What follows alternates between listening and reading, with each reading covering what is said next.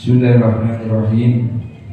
Alhamdulillahirabbil alamin. Wassalatu wassalamu ala asyrofil anbiya'i wal mursalin sayyidina wa maulana Muhammadin wa ala alihi washabihi ajma'in. Amma ba'd. Hadirin rahimakumullah. Usikum wa nafsi bi taqwallah. Qala Allah Ta'ala fil Qur'anil Karim, wa may yattaqillaha yaj'al lahu makhraja wa yarzuqhu min haitsu la yahtasib. Hadirin rahimakumullah, assalamualaikum warahmatullahi wabarakatuh. Alhamdulillah, tsumma alhamdulillah. Kula lan jenengan sedaya kaliyan Allah tasih ditakdir diberi taufik digerakkan saking dalemipun piyambak-piyambak dikembangkan dhateng sawestukalipun tempat ingkang mugi Allah tansah paring kemuliaan Masjid Jami' Baitus Salam dalam rangka kita melaksanakan aktivitas yang sifatnya rutin setiap Senin keempat, pembacaan Istighatsah Ratibul Haddad bertabaruk dengan kitab Maulid Suntut Durar dan disempurnakan dengan majelis taklim. Mugi-mugi napa ingkang dalu menika kula panjenengan sedaya lampahi saestu angsal ridhanipun Allah Subhanahu wa taala lan dicatet dados amal sholih ingkang makbulan kagem kula panjenengan sedaya insyaallah. Allahumma amin. Salawat serta salam semoga selalu tercurah kepada junjungan kita baginda Nabi Agung Muhammad sallallahu alaihi wasallam serta seluruh keluarga beliau, sahabat beliau, para pengikut beliau termasuk kita semuanya ila yaumil qiyamah insyaallah. Allahumma amin. Hadirin rahimakumullah, pertama saya ingin banyak mengucapkan terima kasih kepada teman-teman dari majelis Belajar Maulid Miftahus Salamah dan jajaran takmir Masjid Jami' Baitus Salam yang telah memberikan fasilitas untuk kita bermajelis.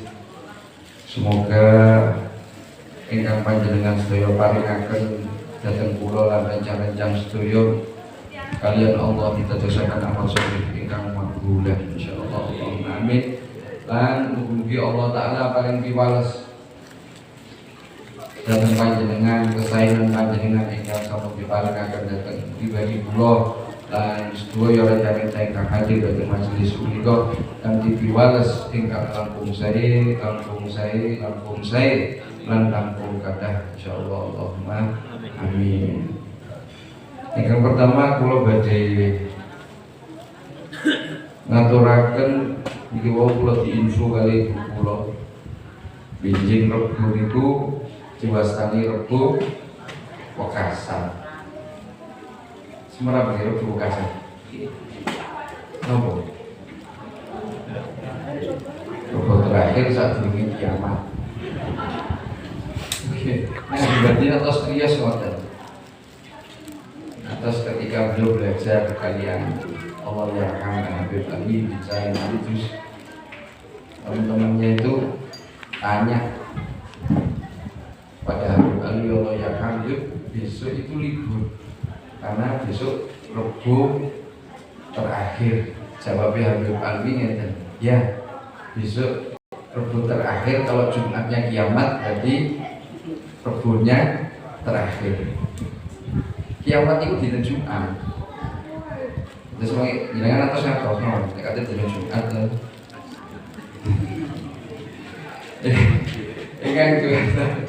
Tapi sebagian besar mengatakan Rebo Wekasan itu yang dimaksud adalah Rebo terakhir datang bulan Safar. Diriwayataken para ulama dawuhaken Allahu a'lam nggih, terus sebutane boten ngertos Allah Ta'ala ingkang paling ngertos. Allah badhe nurunaken kathah bala dan penyakit. Makanya ketika Rebo Wekasan itu biasanya wonten nggih setunggal perkawis. Napa mawon ingkang badhe dilampahi ingkang penting boten nganggar syariat insyaallah. Contoh donga saged mawon jangan nyuwun teng Allah taala kados niki wau Allahumma ya kafiyal bala ikfinal bala qabla nuzulihi minas sama ya Allah ya Allah ya Allah ya Allah ya Allah ya Allah ya Allah niku nggih donga doa tafil bala saged ugi malih napa badhe maos Quran monggo badhe zikir niki zikir niku nyumanggaken badhe peparing sedekah mari tiyang sedekah tafil pun apa mawon kesaenan dilampahi insyaallah mugi kula panjenengan sedaya keluarga kula keluarga panjenengan sedaya khususnya minal muslimin wal muslimat kaliyan Allah ditakdir ditebihaken saking halal. Nek bahasa tiyang Jawa niku kula ngertos sambikala. Nggih terus nggih. Perkara sing boten saya niku dohir batin direksa dijogo kan. Nek badhe maos kados dikir niki wau diwastani doa tolak balaipun Syekh Abdullah bin Ahmad Basaudan. Iki wonten hadis niku diwaos dinten Selasa. Sadurunge Rebokasan. Selasa nek menawi penanggalan Komariah badal maghrib Senin niku pun lebet Selasa sampai asar dinten Selasa sadurunge maghrib. Nah, jenengan waos terus mangke pas Rebo Selasa badal maghrib pun lebet dinten Rebo. Sehingga nggadahi kebiasaan maos roti buladat, nggadahi kebiasaan maos dikir-dikir tertentu lazimi pertahankan. Kalau perlu ditambah. Napa nggih monggo napa mawon. Roti buladat saged. Doa niki wau doa tolak bala Syekh Abdullah bin Ahmad Basaudan saged. Ingkang penting nglampahi kesaenan tanda kutip boten nglanggar syariat pun. Jimut-jimut Rebo Pokasan. Terus ingkang salajengipun atos tunggal sahabat iki tanglet dhateng Sayyidatuna Aisyah radhiyallahu taala anha. Wahai Aisyah, bagaimana akhlak daripada baginda Nabi Agung Muhammad sallallahu alaihi wasallam? Pertanyaan sahabat niki wau dijawab kali pertanyaan oleh Sayyidatuna Aisyah radhiyallahu taala anha. Sayyidatuna Aisyah balik bertanya datang sahabat niki wau, "Lah jenengan napa mboten natos maca Quran?" Sahabat niki wau jawab, "Nggih, kula nggih maos Quran." Nah, dijawab malih kali Sayyidatuna Aisyah, akhlak Kanjeng Nabi Muhammad sallallahu alaihi wasallam niku Al-Qur'an. Nah, pertanyaane pun maos Quran apa jenenge? No. Lo maos Quran nek malam Jumat Yasinan. Itu nopo-nopo, cuman alangkah lebih baiknya kalau dalam satu hari itu nggak lepas dari bacaan Quran. Minimal lah iten sak lembar nopo sak rai. Nopo sak niki lho. Nek sak kebet iku satu lembar bolak-balik. Nek sak rai niku yang tampak tok. Wonten sing mestani ngoten. Setengah lembar. Tengah-tengahnya putih. Nah, jangan sampai pengantos sampai Al-Quran ini diukur putih lemari dibocor mantul kok. Mantul sampai baru dibondot ngene. Nek cukul suket aja sarana suket deh. Oke. Dijawab oleh Sayyidatuna Aisyah, apakah kamu tidak pernah baca Quran? Baca saya. Akhlaknya baginda Nabi Agung Muhammad sallallahu alaihi wasallam adalah Al-Qur'an. Apa maksudnya? Nah, kalau dia bingung. Ini pun nih, akhlaknya Kanjeng Nabi kok diwastani Al-Qur'an. Ternyata di dalam Al-Qur'an itu banyak ajaran, banyak pendidikan yang diberikan Allah Subhanahu wa taala kepada baginda Nabi Agung Muhammad sallallahu alaihi wasallam. Salah setunggal mawon mboten kata-kata.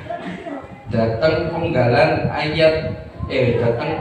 surat Nur ayat 22. Di situ diperintahkan baginda Nabi Agung Muhammad sallallahu alaihi wasallam untuk memberikan maaf dan berlapang dada. Bahasanya mau Jawa jembar, bukan jembar bidangnya ini. Jangan bidang itu kotak gitu. Kan seperti itu yang dimaksud hatinya ini luas. Luasnya kenapa? Karena bisa memberikan maaf. Luasnya lagi bisa menerima daripada perlakuan buruk daripada manusia yang lain. Beliau sallallahu alaihi wasallam memaafkan ketika pribadinya yang mohon maaf direndahkan, ketika pribadinya yang dilecehkan, ketika pribadinya yang dihinakan. Itu beliau sallallahu alaihi wasallam memberi maaf. Akan tetapi ketika haknya Allah, ketika agamanya Allah yang dilanggar, beliau sallallahu alaihi wasallam orang pertama yang marah dan berdiri dan tidak ada yang bisa menghentikan. Nah, kalau zaman saat ini berbanding terbalik. Kalau haknya Allah dilanggar, agamanya Allah yang dilanggar, banyak yang sekut. Apa sekut? Diam. Tapi ketika pribadinya yang direndahkan, yang dilecehkan, wani-wani ini cah kene omahe kono. Ya. Selalu saja itu. Ketika pribadinya yang direndahkan, dan lain sebagainya dan lain sebagainya. Tapi ketika agamanya Allah yang direndahkan, bahkan syiarnya Allah yang disepelekan, tidak ada yang alhamdulillah min. Memang kita hidup di zaman akhir daripada zaman. Anda akan menjumpai perkara-perkara yang mungkin Anda belum pernah tahu, belum pernah dengar, belum pernah melihat. Semakin aneh dan semakin aneh. Itulah yang terjadi di zaman akhir zaman. Pasti di situ. Dia udah gumun. Jangan gumun. Makanya Allah sudah mengingatkan kok, anfusakum wa ahlikum nar. Suruh jaga diri kita, keluarga kita, daripada perkara-perkara yang bisa menegakkan kepada apinya neraka. Na'udzubillah min. Bahkan mohon maaf, Nabi Muhammad SAW ketika sudah menduduki puncak, dengan kata lain ketika peristiwa Fathul Makkah, ketika sebelumnya baginda Nabi Agung Muhammad SAW didolimi, dilecehkan, direndahkan oleh orang-orang kufar. Pada saat Fathul Makkah yang beliau menaklukkan kota Makkah, ada orang-orang yang dulu berbuat zalim, oleh beliau sallallahu alaihi wasallam diberikan maaf dan dijamin keselamatan. Kalau Allah mengajari maafkan mereka, wa'fu wasfah, maafkan dan lapangkan dada, itu betul-betul. Dan kita oleh Allah diperintah untuk itba, untuk mencontoh apa dohir dan batin baginda Nabi Agung Muhammad SAW. Kalau ada orang mengatakan kita tidak mungkin bisa seperti Nabi Muhammad, saya katakan betul. Tapi kenapa Allah mengatakan fattabi'uni, ikuti Nabi Muhammad? Berarti Allah memberikan satu beban yang bisa kita lakukan. Allah tidak mungkin memberikan beban yang kita tidak mungkin melakukan, itu tidak mungkin. Cuman mohon maaf, ketika mau itba itu ada yang namanya nafsu yang ada di dalam diri kita, yang sering protes. Termasuk ketika harga diri kita dilecehkan, direndahkan. yang pada saat beliau Shallallahu Alaihi Wasallam pribadi yang agung direndahkan, dilecehkan, beliau memaafkan. Tapi nafsu kita ketika mendapatkan hal perlakuan semacam itu tidak terima, protes berat. Wih, cakep. Ini apa-apaan? Los.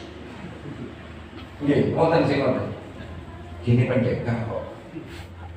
Ya, kalau nggak patek pendekar. Terus metu toko omah los. Hal semacam itulah yang membuat akhirnya mohon maaf kita melenceng daripada ajaran baginda Nabi Agung Muhammad Sallallahu Alaihi Wasallam. Insya Allah semua yang di sini pernah merasakan itu. Tapi ketika mendapatkan hal semacam itu, apa yang kita lakukan? Apakah kita menuruti nafsu kita? Ataukah kita mengikuti, mohon maaf, yang sering kita katakan kita cinta, kita mengidolakan pribadi yang agung ini, baginda Nabi Agung Muhammad Sallallahu Alaihi Wasallam. Tanya pribadi masing-masing. Tanya. Kalau yang punya nomor HP saya, tadi pagi saya mengunggah story, ya, mengunggah salah satu tulisan nasihat daripada Al-Habib Umar bin Muhammad bin Salim bin Hafid insyaallah.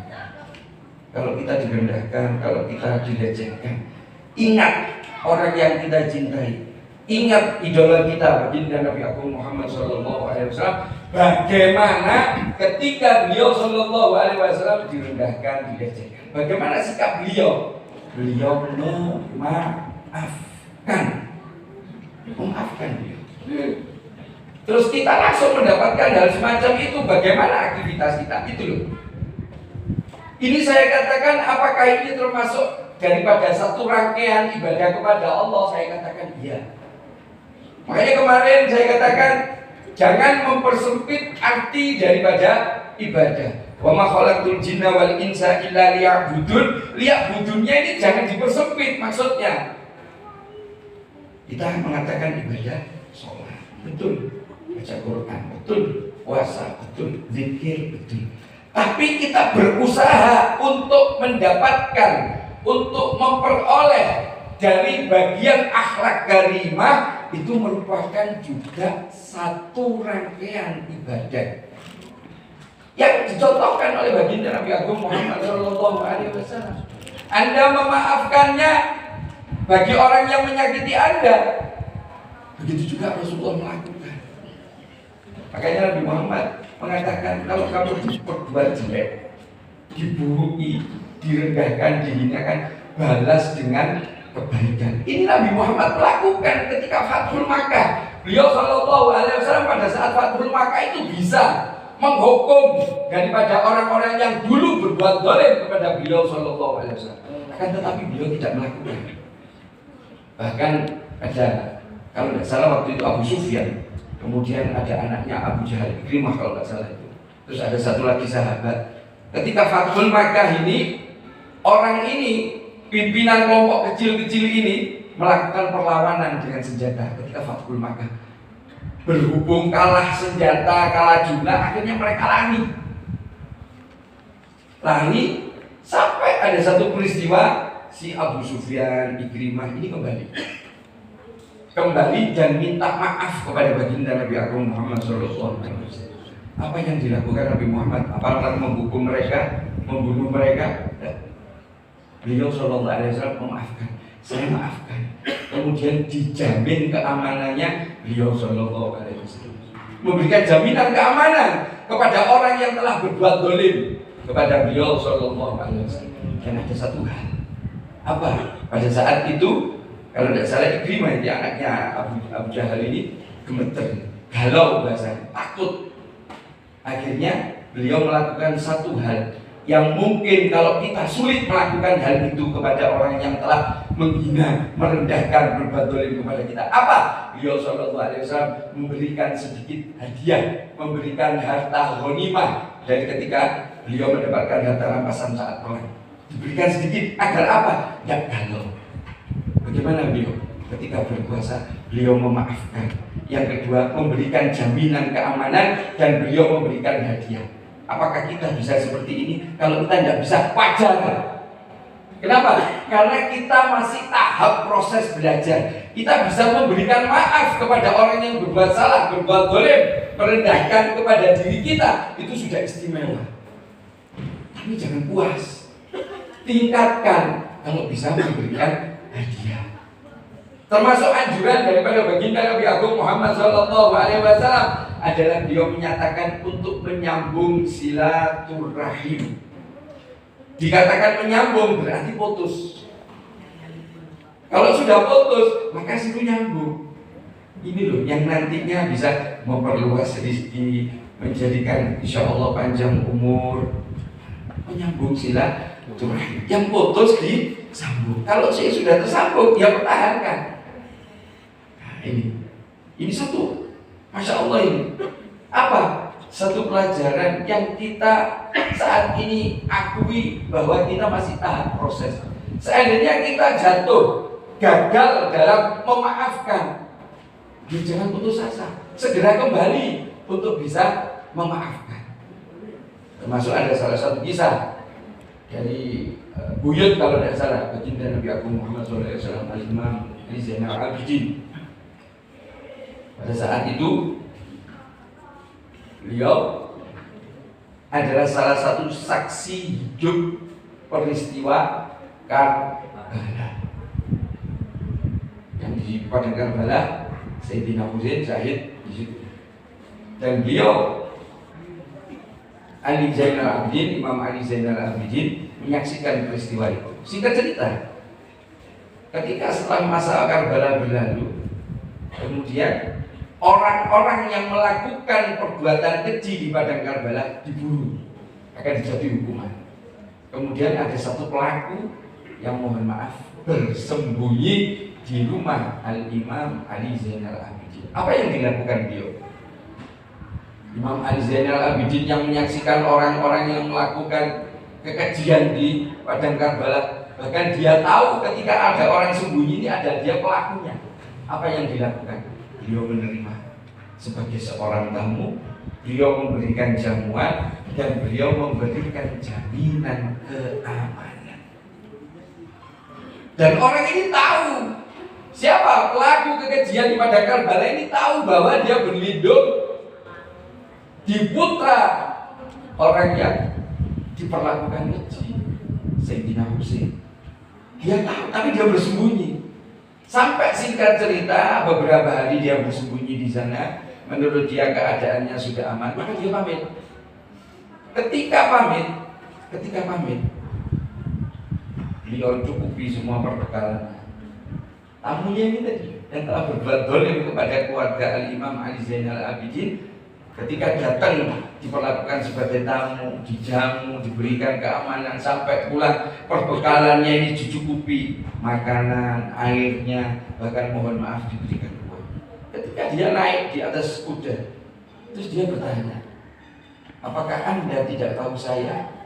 Apa jawab Imam Ali Zainal Abidin? Saya tahu. Kamu adalah pelaku tindak kekejian yang ada pada peristiwa Karbala. Terus orang ini tanya, lah kenapa kamu kok gak balas kepada saya? Karena saya telah melakukan perbuatan tersebut. Apa jawab Imam Ali Zainal Abidin? Kakek kami, siapa baginda Nabi Agung Muhammad SAW, tidak pernah mengajarkan hal semacam itu. Ini loh akhlak kami, ini akhlak kami di padang Karbala. Kalau bahasa saya, saya masih tahap proses belajar. Ketika ada orang melakukan satu perkara yang membuat hati kita sakit, ketika seseorang berbuat satu perkara, mohon maaf, berbuat zalim kepada kita, maka belajar mengatakan kepada diri kita masing-masing bahwa itu urusannya mereka. Kita belajar apa yang diajarkan baginda Nabi Agung Muhammad SAW, memaafkan mereka dan juga berusaha untuk berlapang dada.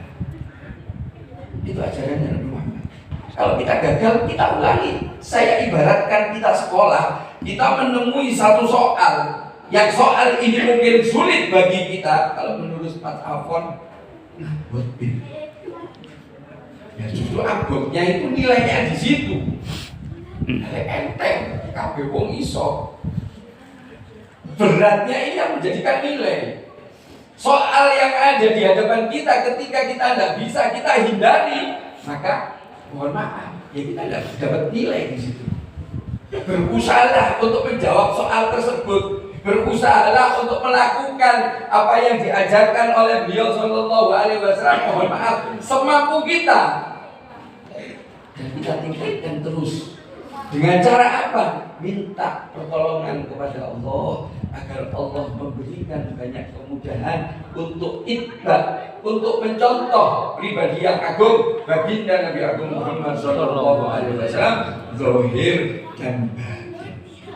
Seperti doa yang diajarkan Imam Al-Haddad, warzuqna kamalal mutabaati lahu zahiran wa batinan fi afiyah wassalamah birahmatika ya arhamar rahimin.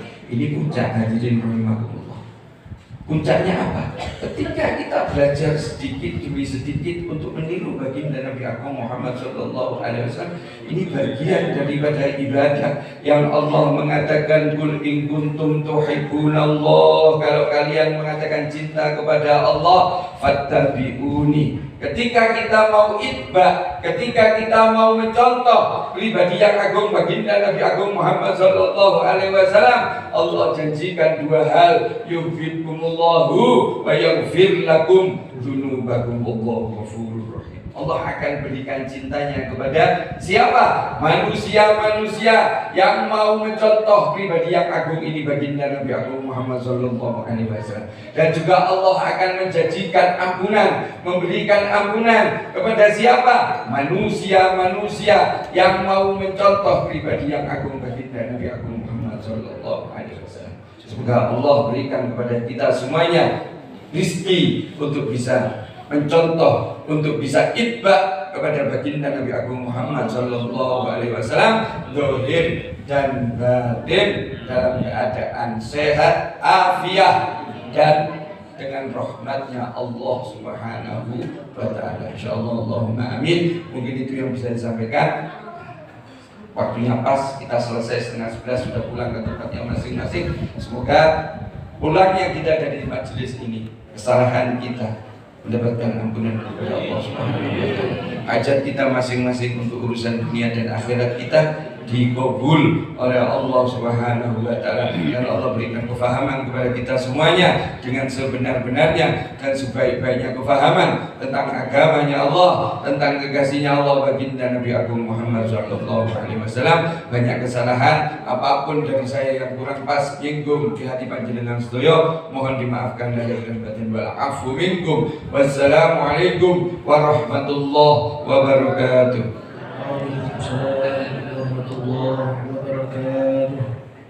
Bismillahirrahmanirrahim. Ya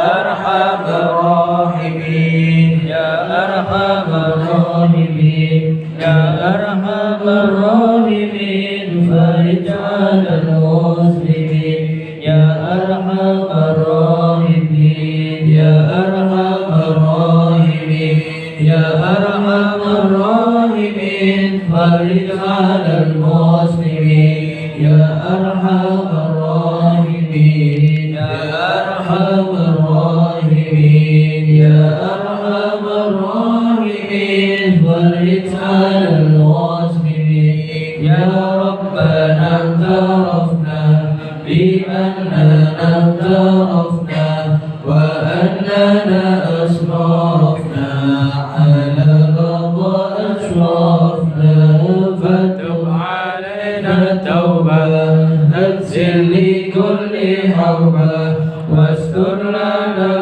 al-awrati wa hamin rawati waghfir li walidina rabbi wa mawludina wal ali wal ikhwani wa sairil khilani wa kulli dhi mahabbah aw shiratin aw suhbah wal muslimina ajma'in. Amin. يا ربي اسمع فضلا وجودا منا بالحساب منا بالمصطفى رسولي نهضى بكل سوني صلى وسلم ربي عليه عبد الحبيب وآله وصحبه عدد قدس صحبه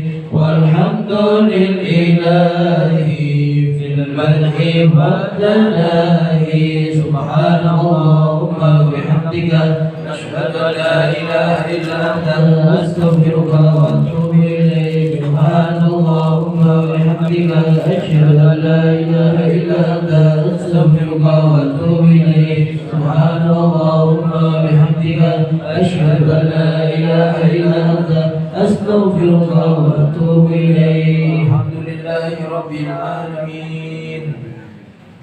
Hadirin para hadirat